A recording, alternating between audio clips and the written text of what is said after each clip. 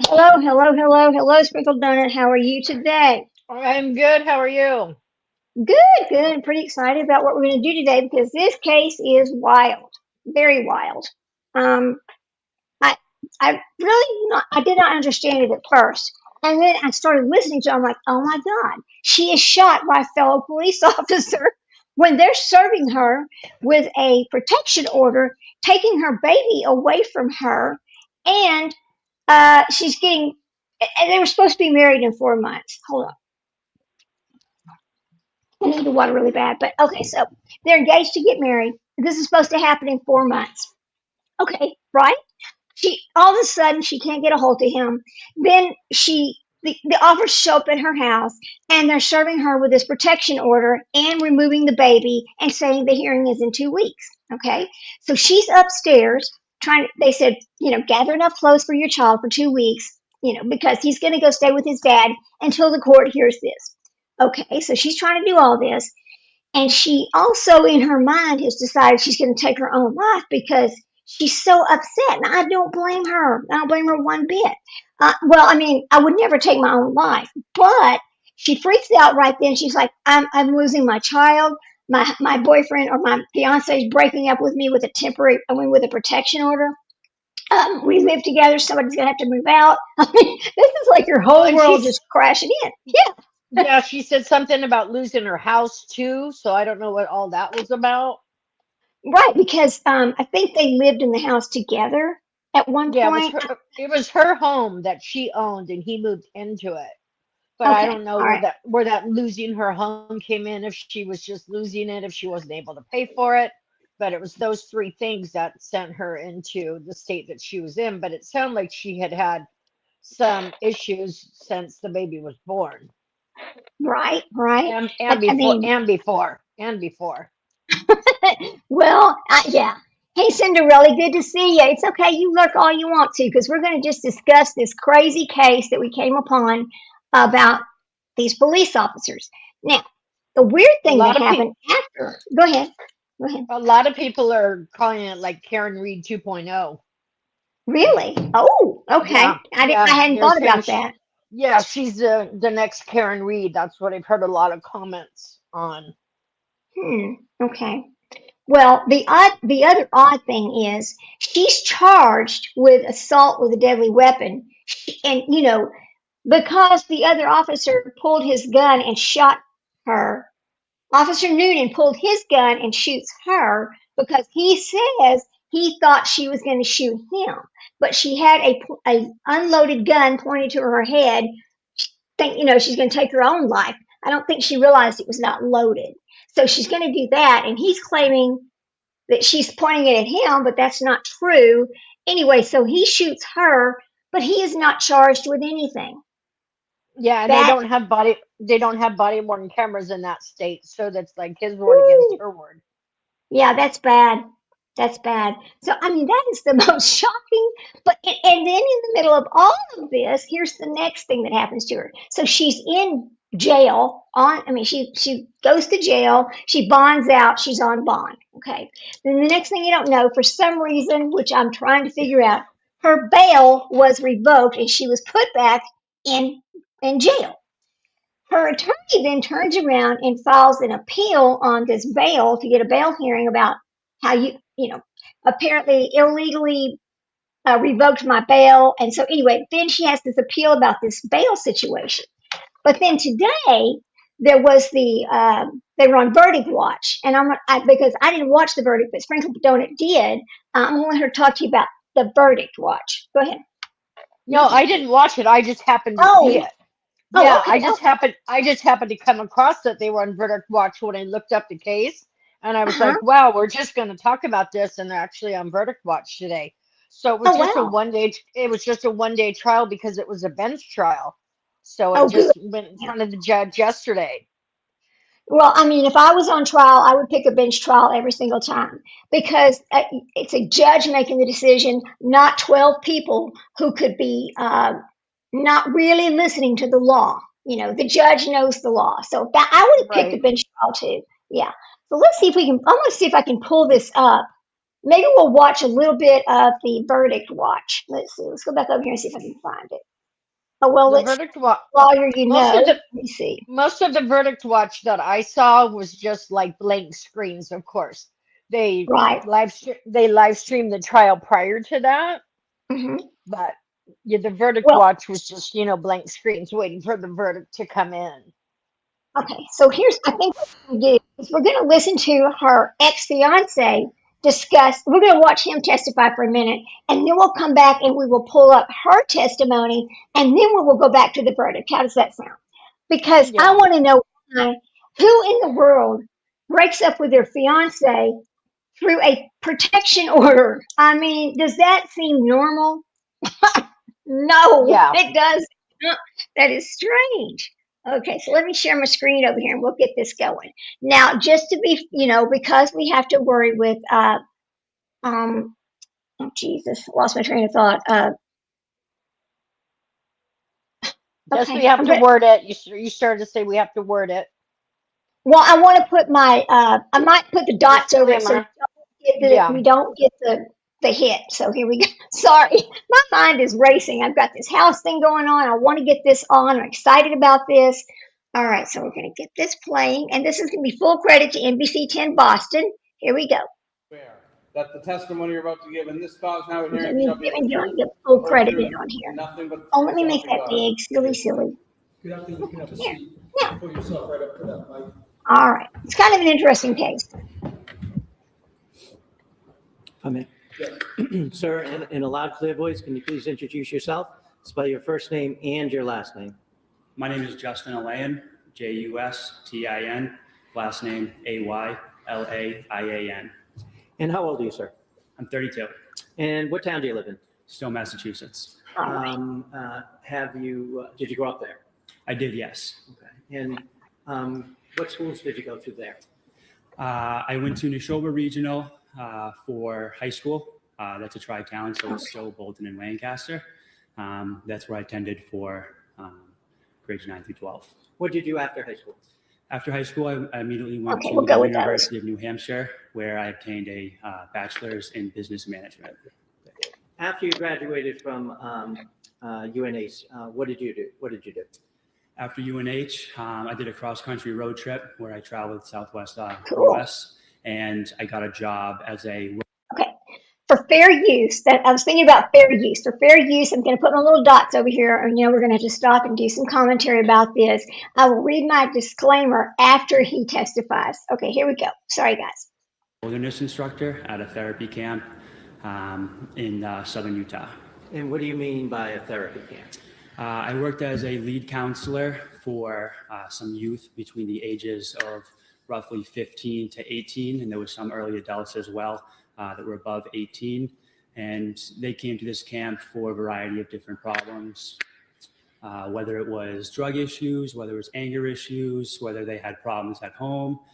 They would come to this camp and we would help build confidence. We'd give them coping mechanisms. We would do that in a wilderness setting. We would teach them primitive living skills, and we would assist them in their transition, going back to their families or whatever they had after. At some point, did you make your way back east? I did, yes. I was out there for roughly 8 months, and I shortly came back after. Okay. What did you do when you came back?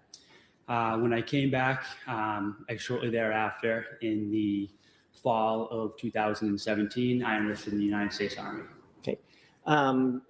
Did you go to boot camp? I did, yes. I attended boot camp. In Fort Benning, Georgia. I enlisted as an infantry. So I attended boot camp in Fort Benning, Georgia. Immediately after boot camp and advanced infantry training, I went to airborne school, which was also at Fort Benning.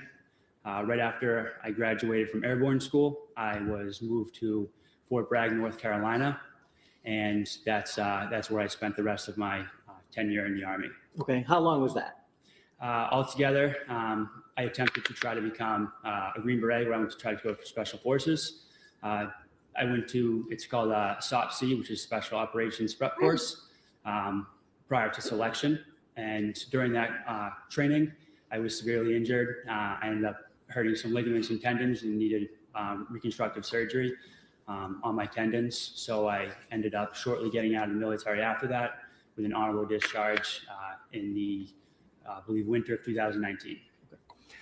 So then did you, Let's stop it. Okay, just for fair use, we're going to stop and talk about him for a minute, for just a minute. Okay, so when you're looking at this guy and you're hearing him talk, you're thinking to yourself, why can't he speak to her directly? Hey, this is not working for me. You know, we're going to have to call off this wedding that everybody's been paying for that's going to happen in 4 months. You know, they have a baby together. I mean, it seems odd that he could not just go talk to her. Who breaks up with somebody, their fiance, through a restraining order? It's not funny at all, but I can't help but what the hell, right? Right, Sprinkle? It makes no sense. Yeah, yeah. He was educated. I mean, like, be a man. Be a man. Right, What the right, heck? exactly. To me, this was not being a man. And you know, listen, everybody to each their own. That's fine. But in my mind, in my little world, if this is how it's like being fired over a text message. To me, it's the same. Here we go. back up here? I did, yes. I returned back to Massachusetts shortly What the thereafter. hell, Cinderella? After that, I worked several different jobs. I ended up at Fidelity for a while. I worked in their 401k department. And then shortly thereafter, I started going through civil service and applying to jobs for to become a firefighter. Okay. Did you eventually get one? I did, yes. I got on at North Andover Fire Department in August of 2021. It was at that point I also went back to my fire science degree at Anna Maria College, which was obtained roughly a year and a half ago. I got my bachelor's degree in fire science. So what is your role in the North Andover Fire Department? I'm a firefighter EMT with the North Andover Fire Department. My job is to protect life and property. When you say an EMT, do you work as a firefighter full-time or an EMT? How does it work there? With the rotation that we have, the newest 24 members on the fire department, they're in charge of running the ambulance. So on my shift, what we do is we work 2 weeks on the ambulance, and then that third week rotating off, we either go on the engine or the ladder truck. Do you know a person by the name of Kelsey Fitzsimmons? I do, yes. How and when did you first meet her? It was September of 2023. She had reached out to me on Facebook. She had seen a picture of me posted on the North Andover Fire Department page. And she was recently going to be getting hired as a North Andover police officer, and she reached out to me on Facebook. Fair to say you developed a relationship with her? We did very quickly, yes. Okay. At some point, did it become more than casual? Yep, it became more than casual very quickly. Both of us developed feelings very quickly, and that developed into a relationship very quickly as well. And it was Hang about on, roughly hang 6 on. months after that. Hang on. Okay, now let me ask you a question. If he had, oh damn it, hang on, y'all, hang on. Let me put this. Hang on, just a second. I'll let this play, but hang on. We had initially met, that I had, that Kelsey and I had moved in together. And where did you move in? She had owned a home at 125 Phillips Brooks in North Andover. My lease had ended that May of 2024. And at that point, we decided that we were going to live together, and I wasn't going to renew my current lease that I had. And I'm sorry, remind me, were you on the fire department? You were on the fire department. I was, yes. So were you living in North Andover at the time? I was living in North Andover, yes. At some point, you guys were living together. You had a baby? That is correct. Okay. And when was a boy or girl? Boy. Okay. How old now? He is 13 months old. Okay. And what's his date of birth? 2/16/2025. So he was born while you were living together at 125 Phillips Brook? Yes. At some point, and I'm going to turn your attention to the weekend of July 28th, 29th, going into Monday the 30th, okay? Okay. Did your relationship become strained in any way? Just yes or no? Yes. Okay.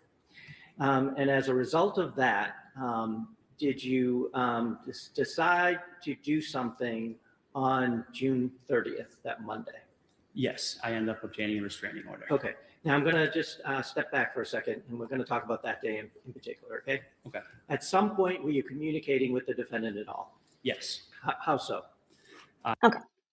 My realtor dude called. I'm sorry I had to take that call. I'm so sorry, guys.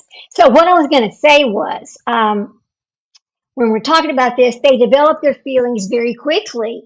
Well, you didn't have that deep of feelings if you felt like you could only break up with her or, become on fiance to her by a restraining order.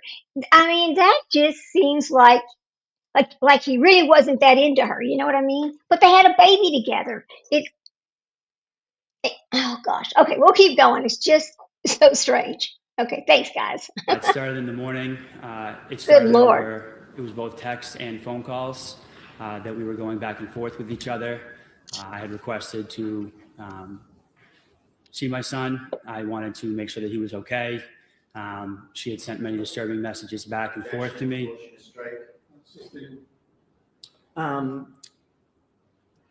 Where were you on the 30th, on that Monday? Were you living at 125 Phillips Brook? That was my permanent legal residence, but I was at my parents' house that day. Okay. Had you gone, when was the last time you had been there? It would have been June 27th, I believe, the day before our planned bachelor. Okay. At any point, did you go back there to retrieve some items, the guns or anything like that? Yes, the day prior, I had gone to obtain, I knew that I needed to pick up my firearms. I had feared for my son, and I thought that his life was in danger and grave risk. I object to any further question. Objection. Objection. That is not why you went and picked up those guns. You went and picked up those guns because he's trying to get away from her, and he knew as soon as he said, I'm moving out, this is over, she was going to change the locks and he would not be able to get back in. What do you think, Sprinkle? You think it's the same thing? Well, I think you need to elaborate. Why were you afraid for your son's life? They're trying to not let this questioning in, which is kind of interesting, isn't it? But we'll go back and listen. Very fascinating. Relative on 403 grounds and on relevance grounds to whether Ms. Fitzsimmons assaulted a policeman in the bedroom where it was just the two. Okay. I'm just going to take the objections one at a time. That objection sustained, I will strike. You own firearms. Yes, sir. How many? Roughly 9. And where were they kept in the home? They were kept upstairs in the closet. There was a large rifle safe. Several of them were kept in there. And then I had one firearm that I would keep in our bedroom that was in a green chest directly. If you were to walk into the bedroom, it was on the left side in the green chest, directly next to the door frame, locked up in my green safe. Okay, so if you walk into your home through the door, Yes, the front door, the stairs to upstairs, fair to say, are almost right in front of you? correct. Okay. Now, as you walk up the stairs, there are 2 rooms at the top. Yes. There's a landing and 2 rooms at the top, correct? Yes. The safe that you had described, the green safe, which way would you go to get to the green safe?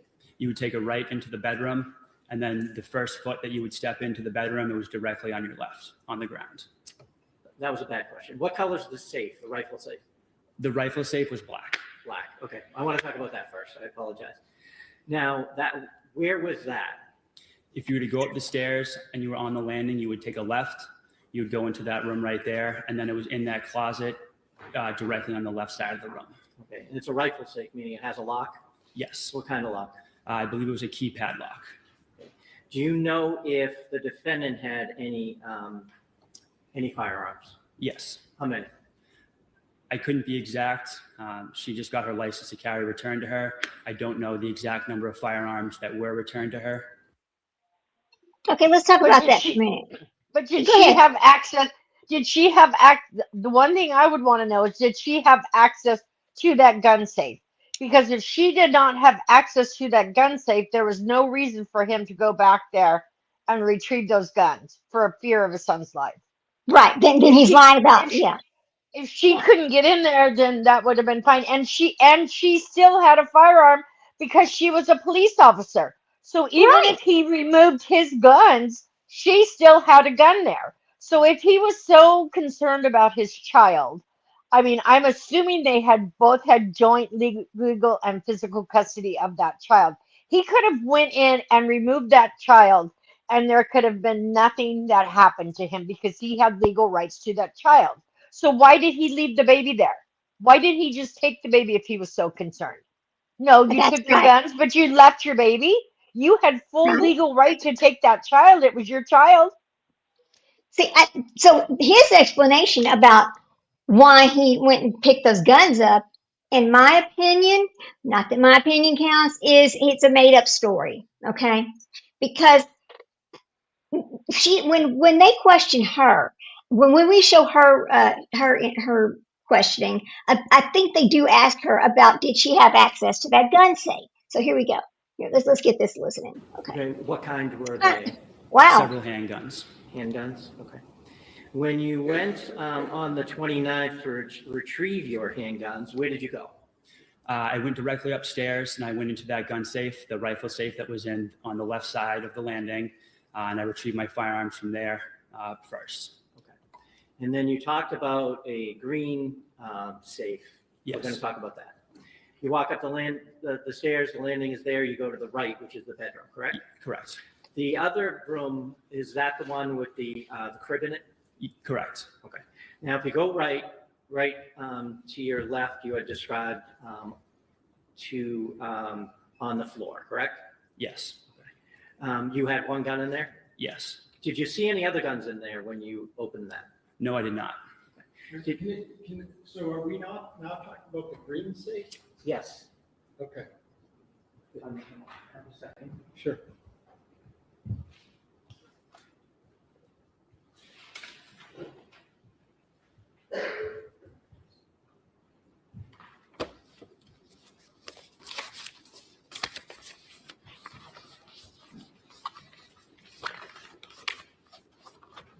While he fumbles through those papers, what do y'all think? I mean, this guy seems, I don't know what it is about him. I don't know if it's just his demeanor because he's nervous that he's acting like that. I'm not sure, but he seems kind of like very military, right? I mean, he sounds very military as he's speaking, almost like really no emotion. Here we go. So Well, strange, and they didn't ask him about the bachelorette party. right? Apparently, from what I heard, during that, she became drunk and was physically aggressive towards him. So I'm wondering why they didn't ask him what happened at that bachelorette party, which was like a day or two before all this happened. Oh, okay, okay. Supposedly she was drunk and hitting on him. So I don't know if that's why he chose to file the restraining order or what, but they didn't ask him about that, which I thought was very strange. That is. Cinderella says he looks very strange, like he can't look at the lawyer. Yeah, like he's just looking every place else except that lawyer. It's You know just like what? like it's extremely scripted. That's what I get from it. Oh, me too, me too. And what would our the deception detective tell us from his deck of cards? If they won't look at you, they're deceptive. Here we go.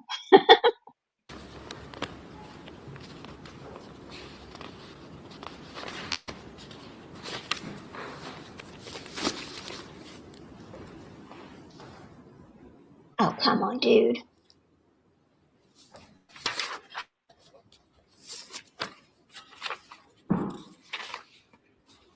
Are you prepared? I'm going to show you what's been previously marked as exhibit number 40 first, okay? Okay. You see that screen? I do, You yes. recognize what that is? Yes. So I'm going to take describe this off for where just a second. where the photo taker, the picture taker would be standing in that home. They'd be standing on the landing as immediately as you go up to the stairs to the second floor in between the two rooms. Okay, and that's the one on the left that we had been describing, Yes. correct? I'm going to show you what's been previously marked. The one on the left, reading the room on the left? Yes. Okay. I'm going to show you what's been marked as exhibit number 45. Can you see that? Yes. Do you recognize what that is? I do, yes. What is it? That is the nursery. That's the closet with my clothes in it. And behind my clothes is the black rifle safe. Okay. You have a rifle safe in the bedroom where your baby sleeps. Get out of my head. I was just going to say the same thing. I know you were. We think alike. Get That's out of my true, head. but Yeah. I don't understand that at all. I know the baby cannot get out of the crib and go open it, but were you going to leave that there your entire marriage? I mean, what was going to happen with that? Because gun Yeah. safes are large and I'm sorry. heavy. And babies and guns don't mix. I'm sorry. You just No. couldn't put those two things together at all. You just So shouldn't. he is reckless as well. And Cinderella says exactly. That is fascinating. All right, let's keep going. And that is, when you're standing on the landing, that is the room to the left. In the closet in that room is where the rifle safe is? Correct. Correct. And I'm sorry if I asked this already. Did you see any of the defendant's guns in that rifle safe? Yes. How many? Oh, I don't remember exactly. I believe there was two, but I don't remember. But the he exact didn't know. amount. But he didn't know how many guns she had. So how is he answering that question? They asked him, and that she just got her pistol given back to her, but he didn't know how many guns she had. So when they asked him that question, why didn't he say at that time, I believe she had two. I saw two. He's totally right. contradicting his previous statement. And you live And together. She's a police officer. Police officers generally don't have, a patrol police officer generally doesn't have more than their service pistol.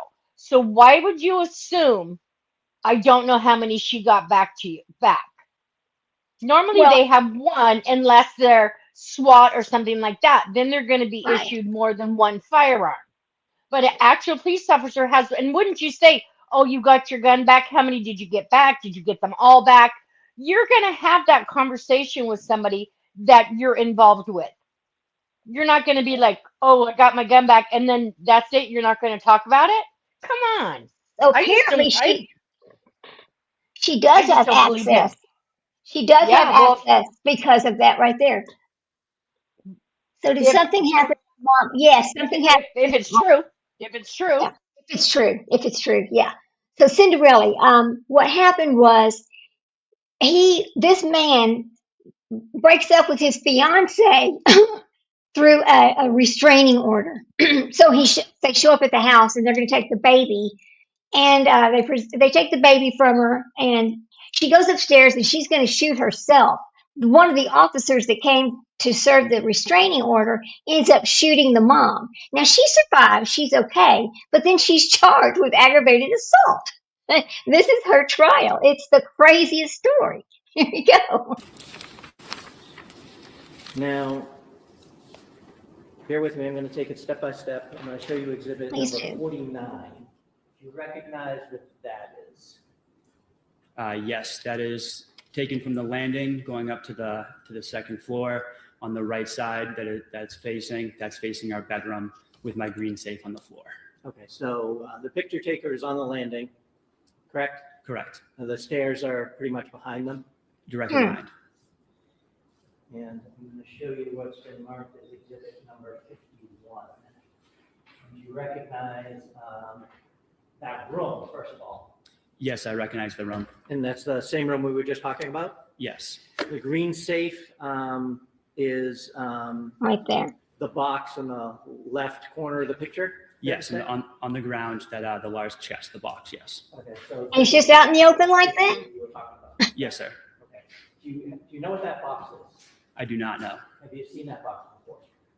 I may have, but I don't remember seeing It looks it. like a shoebox. And you went on the 29th and retrieved your gun out of that safe, and you didn't see any of the defendant's guns in that safe, correct?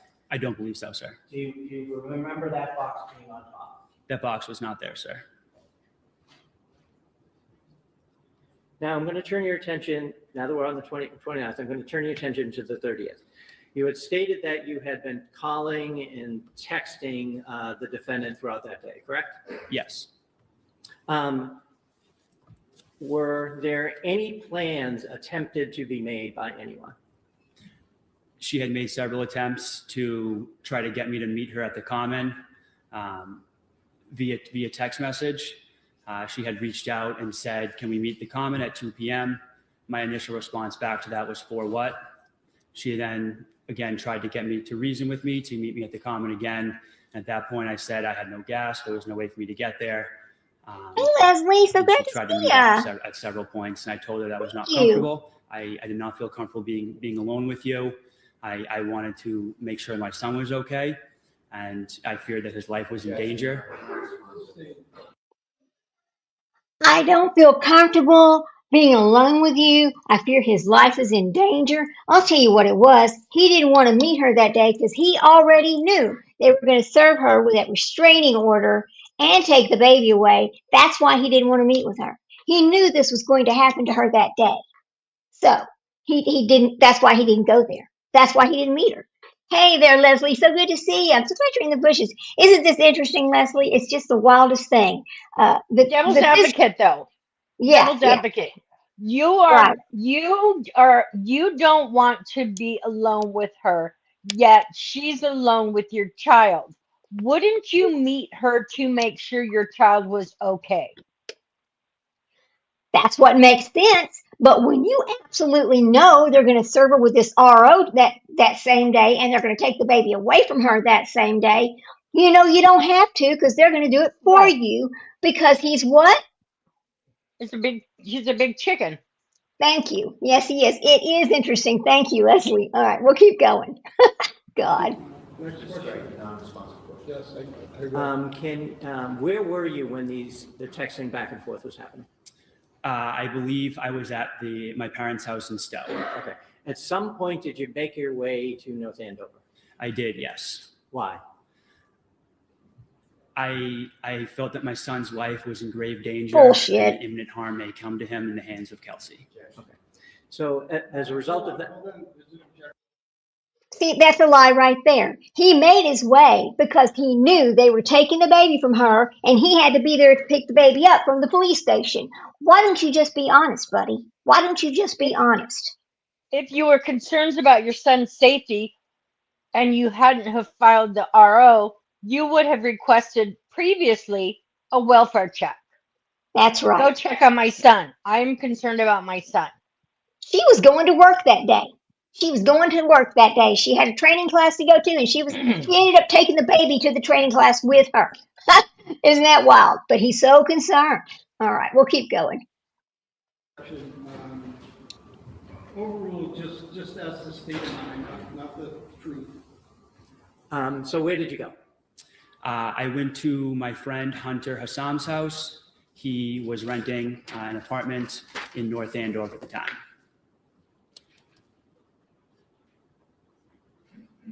Did you call anybody to meet you there? I don't know if I had made the calls or they had called me, but I had called my sister Courtney. I told her that I was going to North Andover. I had feared for my son and that I didn't know what was going to happen, but I had called her and I was in contact with Kelsey's maid of honor, Katrina, and her bridesmaid, Michelle. So Katrina, Michelle, Courtney, Hunter, and you? Yes, sir. All right. Are you all in Hunter's house right now? Yes, sir. Okay. Without saying what was said between was there anybody else there? Because I have 5. I believe Hunter's girlfriend at the time, she was there as well. I believe she was present. Okay. Now, were you communicating when you were there with the defendant at all? Yes. Can you tell us about that? There were text messages that were being exchanged just over Caden, our son, and just general messages back and forth. Okay. Did you ever agree to go meet her at the park? No, sir. Okay. At some point, did you learn through the text messages anyway that she knew you were at Hunter's? Yes, sir. Can you tell us about that? At no point did he All ever of us say were at that those Hunter's. We were text all- messages caused him reason for concern. He never No. said she was texting me that she was going to hurt herself. She was texting me she was going to hurt the baby. He just said general text messages. So why were you so concerned about your son? Because he wasn't. said that. He said that like I can't think of the word I want to use. Like just pop words. Say concerned about my son. Say concerned about my son. Say concerned about my son. Buzzwords. He's Right, using that's it right. like a buzzword. He's using it like a Sure is. buzzword. No, he knew that this is how he could gain custody of his child. Right here. Somebody coached him well. Here we go. Mm. Discussing the events that had occurred and what we could do to Oh, ensure yes, Cinderella. Caden's safety, which is our son, but also Kelsey and everyone else around. At one point, Kelsey had messaged my phone. Too much. I'm sorry. To the extent, Judge, that questions are open-ended, producing narrative answer, I object. And, there's been all sorts of objections sustained about his answer. So I would ask the court to maybe direct the Commonwealth to make more specific questions so that it doesn't produce an answer that's half okay and half non-responsive and objectionable. So the objection's overruled. If you could just try to just answer the question to the best of your ability, right? Yes, Your Honor. All right, next question. Thank you. Did she, meaning the defendant, say something to you to indicate that she knew you were at Hunter's? She Yes, had, yes or no? yes. Okay, what did she say? I don't remember the exact verbiage, but it was, what are you doing? Something along the lines of, what are you doing at Hunter's? What is happening? Why are you with my friends? Something along those lines. Okay. Now, without getting into the conversation that you had with your friends and with your sister, was a decision made for you to go somewhere to do something? Yes. Okay. And what was that? To go to Lawrence to obtain a restraining order attached with temporary custody of Caden. Okay. And did you do that? Yes. Where did you Okay, go? wait a Do you minute. remember? I don't. You're going to tell me that and Cinderella's right, narcissistic behavior. Yes, that's exactly right. So you're going to tell me he shows up in town over there, and he's able to run down to the courthouse and in like 15 minutes get a restraining order, and then have the police go serve it? Is that what I'm hearing here? No, it doesn't work that fast. I mean, something is off about the story right here. Don't y'all believe that? I don't understand. How can you get it that fast? What do you think, Cinderella? I mean, Cinderella and Sprinkle. I mean, what do y'all think about that? Does that make any sense at all? Yeah, get it and get it served within a couple hours. That doesn't make sense. Right. All in the same day. He traveled from someplace out of town to where they lived, Andover, from someplace over there to Andover. Spends time at this other guy's house. Right. Did he have fake? No, it wasn't fake paperwork, because when it was given to the police officer, Cinderella, they actually showed up at the house and served her and took the baby away. They were taking the baby away. But I don't understand. Yeah, yes, you very off. You can't do it that fast. Something is very wrong with his story. He planned this. He planned this in advance. It did not happen like this. Here we go. Remember the In my exact- opinion. It was family probate court, I believe it was, but I'm not 100% sure. And who did you go with? I went with my sister Courtney. Okay. Now, did you fill out paperwork while you were there? I did, yes. Did anyone assist you in filling that out? Yes, my sister helped me, and then there was also someone with the court system. I don't know who the name was, but they assisted as well. Fair to say you went in front of a judge, an order was issued, and then you left the building, correct? Yes. Okay. Where did you go when you left the building? I immediately went to the North Andover Police Department. See? When you got there, did you have a conversation, without saying what was said, with some of the police personnel there? Yes. Did you give them anything? I believe I handed them the restraining order, and they said that it was already faxed to them. Okay. At some point, did they leave? They did, yes. And what did you do? I waited at the police station while they went to the Kelsey Fitzsimmons home. Okay. And at some point, did you get a call? I did, yes. From who? I believe it was from Officer Daly. He had called to inform me to come to the residence and get custody of my son. So did you go? I did, yes. Did you go with anybody else? My sister and I, we both went to the house. We took 2 separate cars. Did you get there at the same time? Yes. What happened when you got there? At that point, we both walked into the house. Officer Daly was downstairs. 2 officers were upstairs, and Kelsey's mother was holding the baby in the living room. At that point, I obtained Caden from her mother, and then we initially started to put him in a car seat, and then once he started crying, we figured it might be best, my sister and I, to get him ready for transport, to bring him back to Stowe outside. Okay, so who carried Caden out? My sister Courtney did. And what did you do? I asked if I could obtain some clothes while I was there. I just needed something so I could live day to day, as I had no clothes or any of my sons' Was this the belongings. first time you went out, or did you go back in the house a second time, if you remember? This was the first. I went out the first time, and then I came back in. Okay, so the first time you went out, Courtney went out with Caden. Yes. What did you take, if you remember? I believe I had a car seat in my hand. Okay. At some point, you came back Yes. and you asked permission to do something? Yes, I asked permission to get some clothes and a few clothes for Caden and some of his bottles and formula. Okay, so where did you go? I went down to the basement that was under construction at the time. There was no lights on, so I believe I had my camera, my phone out with the light on it, and I was searching for a suitcase that I had down there just to throw some clothes in. At some point, was your attention drawn to something? Yes. What happened? I immediately heard an officer's commands. I heard an officer scream out, "Stop, don't do it."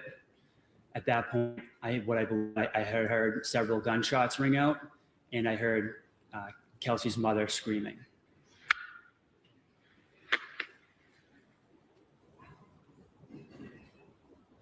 What did you do then?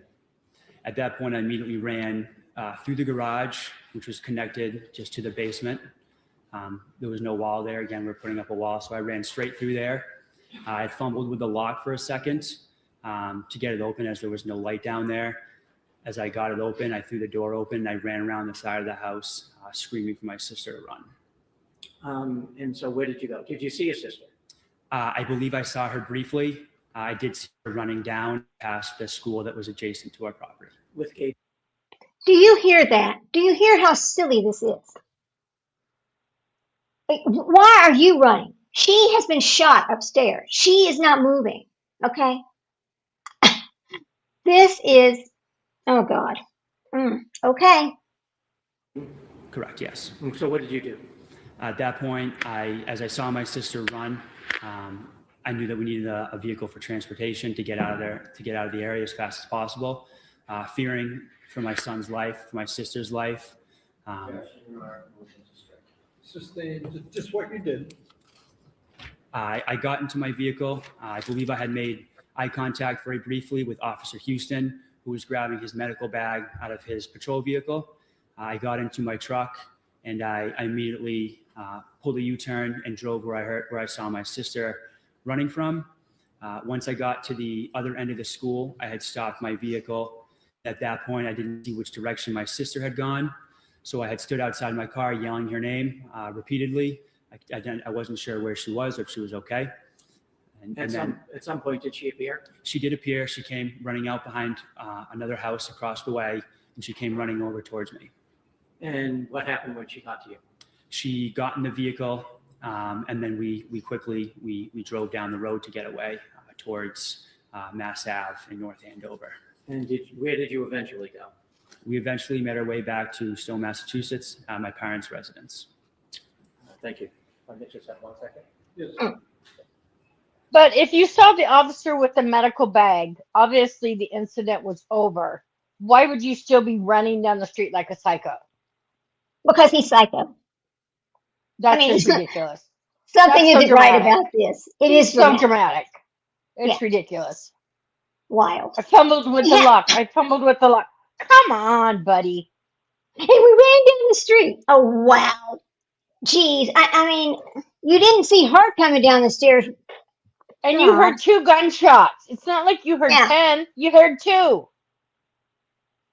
When you see the officer coming down, getting his medical bag, you know it's not, you know that something has happened upstairs. And you got to Exactly. figure out it's not the officer that's injured, right? So here we go. This is wild. What a putz.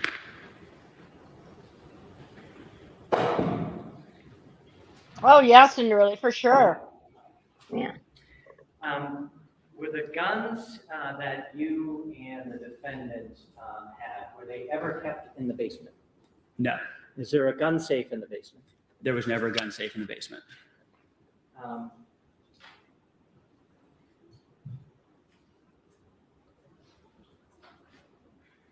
Did you have a way of remotely accessing the surveillance cameras? I could look at them. Did you before you went over? Remotely accessing them, I was able to view them, yes. Okay, when you did you see the defendant's car in the driveway? No, Okay, is that where she usually parked? yes, always. Okay, and when I asked you that question, what time frame were we talking about? During the day, what time? Yeah. It must have been roughly 5 o'clock, 5 p.m.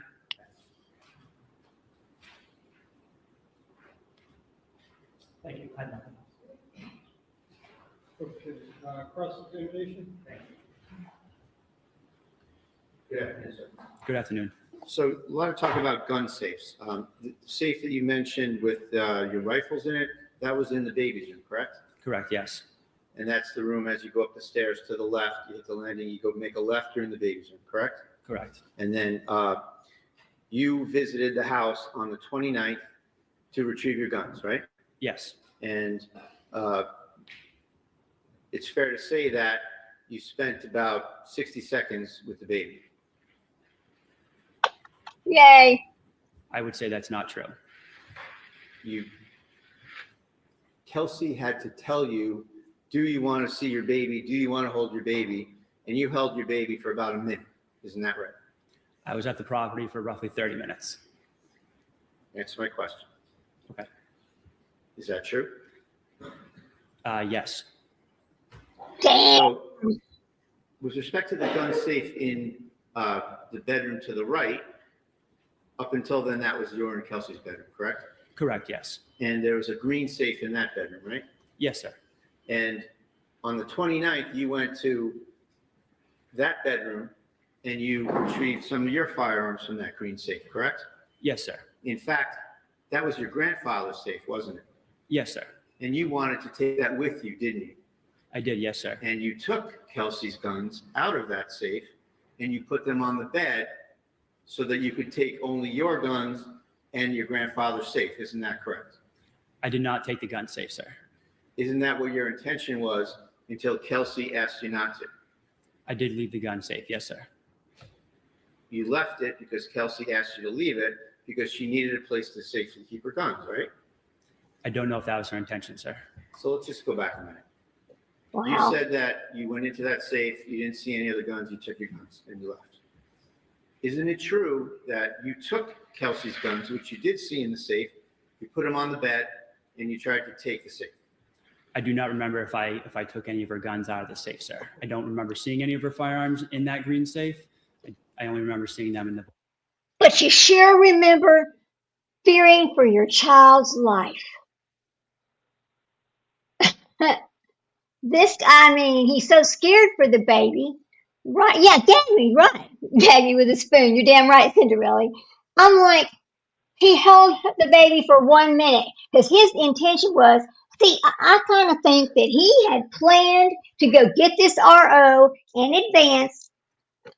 I'm pretty sure that he had some paperwork that he was filling out, getting this all together. And he went to get his stuff because he knew as soon as he did this to her, she's going to lock him out. So you can't lie to all of us, dude. Oh God, this guy. I don't know what she saw in him, but okay, poor thing. We'll keep going. Sad. Black safe. So, I mean, you were very interested in getting your stuff out of that house on a couple occasions.